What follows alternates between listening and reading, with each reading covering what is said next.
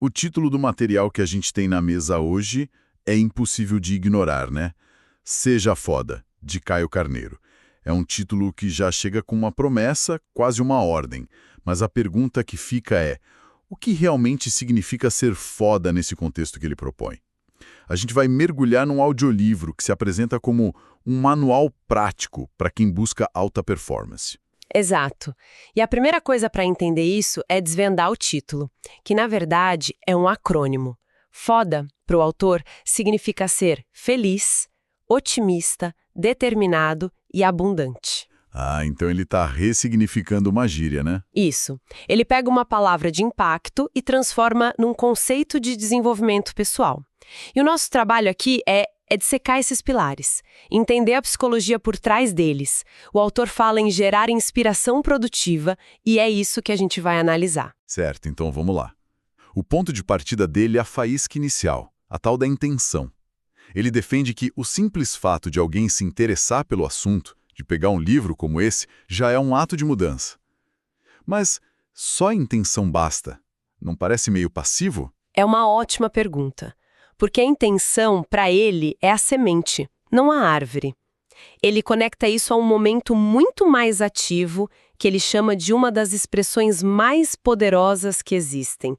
Agora chega. Agora chega. Sim, não é uma intenção vaga, é uma decisão de ruptura. É aquele momento em que o desconforto com a sua situação atual fica maior que o medo da mudança. É um ponto de inflexão, sabe? A pessoa para de se justificar e decide agir. A intenção só ganha força aí. Entendi. Faz sentido. É a diferença entre eu queria mudar e a partir de hoje eu vou mudar. E essa decisão, segundo ele, leva a gente a buscar algo além do sucesso. Ele faz uma distinção que eu achei muito interessante entre sucesso e significância. Sim, essa parte é crucial. Sucesso seria atingir metas pessoais. E significância é quando esse sucesso transborda e impacta a vida de outras pessoas. Exato. Isso toca numa necessidade humana muito funda, de transcendência, de fazer parte de algo maior. Mas é bom a gente ponderar, né? A significância é o ápice, mas o sucesso pessoal já é uma conquista enorme. Claro. Um passo de cada vez. É uma evolução, não uma obrigação para todo mundo desde o início. Boa. E para guiar essa evolução, ele propõe o que chama de o segredo na palma da mão. A ideia é, assim, genial pela simplicidade. Usar os 5 dedos como um mapa mental. Um lembrete constante de 5 pilares. É um método para não se perder, né? Exatamente. Vamos para o primeiro, então. O polegar. O polegar. O gesto universal de ok, de positivo. Ele representa o pilar da positividade e do otimismo. E aqui ele já começa provocando. Ser positivo quando tá tudo bem é muito fácil. Ah, isso sim. O verdadeiro teste do otimismo é no meio do caos. É a capacidade de enxergar uma oportunidade na adversidade. E ele conta uma história pessoal que é quase tragicômica para ilustrar isso. O tal pior, melhor evento em Alfenas. Essa história é ótima. Ele viajou, 1.000 quilômetros, ida e volta, para o evento que ele mesmo organizou. Chegou lá, arrumou a sala, preparou tudo e esperou. E? Ninguém, absolutamente ninguém apareceu. Cara, eu confesso que no lugar dele, minha vontade seria chutar o balde. Exatamente. A reação instintiva é ver como um fracasso humilhante, né? Mas o que ele descreve é um exercício ativo de ressignificação. Na longa viagem de volta, em vez de ficar remoendo, ele começou a listar os pontos positivos. Tipo o quê? Ninguém falou mal do meu evento, eu testei minha capacidade de organização, fui e voltei em segurança. Ele não mudou o fato, o evento foi um fiasco. Certo. Mas ele mudou o significado que ele deu para o fato. Transformou uma memória de fracasso num treino de resiliência. Isso me leva a um ponto que eu achei um pouco polêmico dele. Ele é muito duro com a negatividade. Chega a dizer que ser negativo é um sinal de preguiça. Ele usa a palavra vagabundo no sentido de não querer ter o trabalho de achar uma solução. Isso não é radical demais? Sem dúvida, é uma afirmação forte e que precisa de um grande asterisco, né? Sim. Porque, clinicamente, negatividade crônica pode ser sintoma de depressão, não tem nada a ver com preguiça. O que a gente pode extrair da visão dele, talvez, seja uma crítica a um hábito de pessimismo.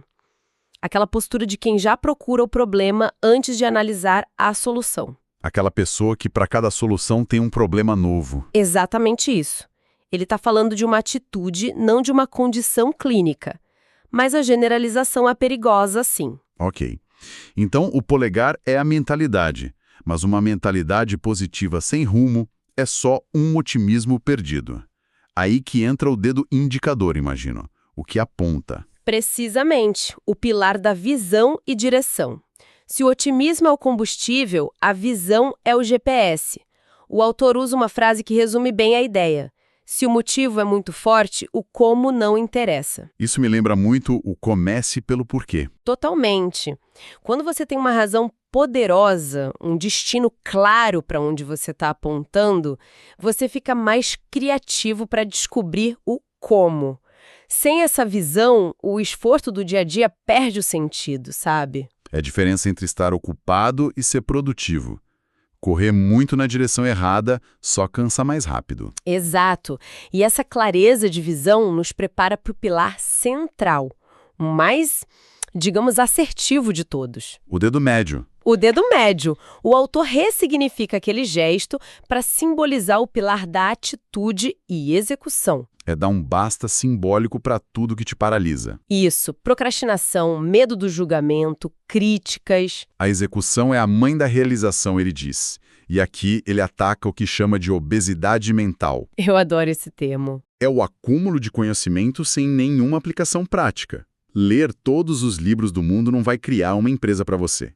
A ação é a ponte. Mas como saber se a gente está executando a coisa certa? Aí entra outra distinção importante que ele faz: eficiência versus eficácia. Certo. Eficiência é fazer algo bem feito.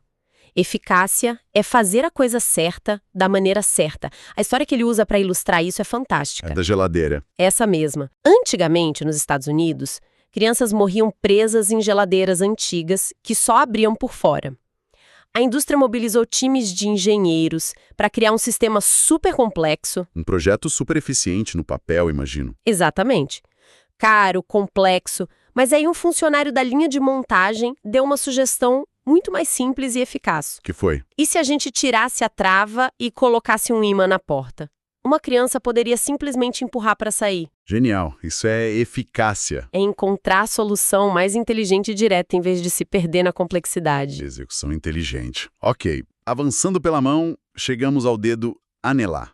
O dedo da aliança. A metáfora é bem clara.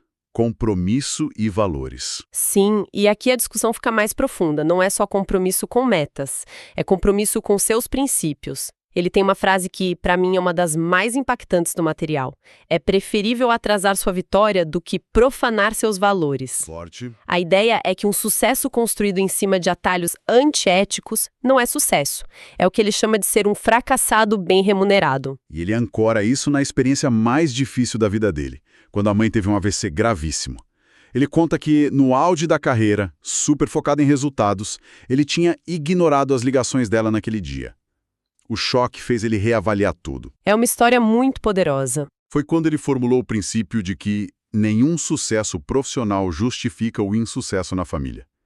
O compromisso com os valores dele o forçou a redefinir o que era sucesso. Exato, e essa história humaniza o conceito. Compromisso com valores não é uma placa na parede, é uma decisão diária sobre o que não está à venda na sua vida, o que é inegociável. É o seu norte moral. Perfeito. E, finalmente, o dedo mínimo. O mindinho. O pequeno. O detalhe. Aquele que a gente às vezes esquece. E é exatamente isso que ele representa. Os detalhes e o controle emocional. E aqui ele joga uma estatística. O sucesso é 80% emocional e 20% mecânico. Eu ia dizer isso. Esse 80-20 sempre me soa um número meio tirado da cartola, sabe?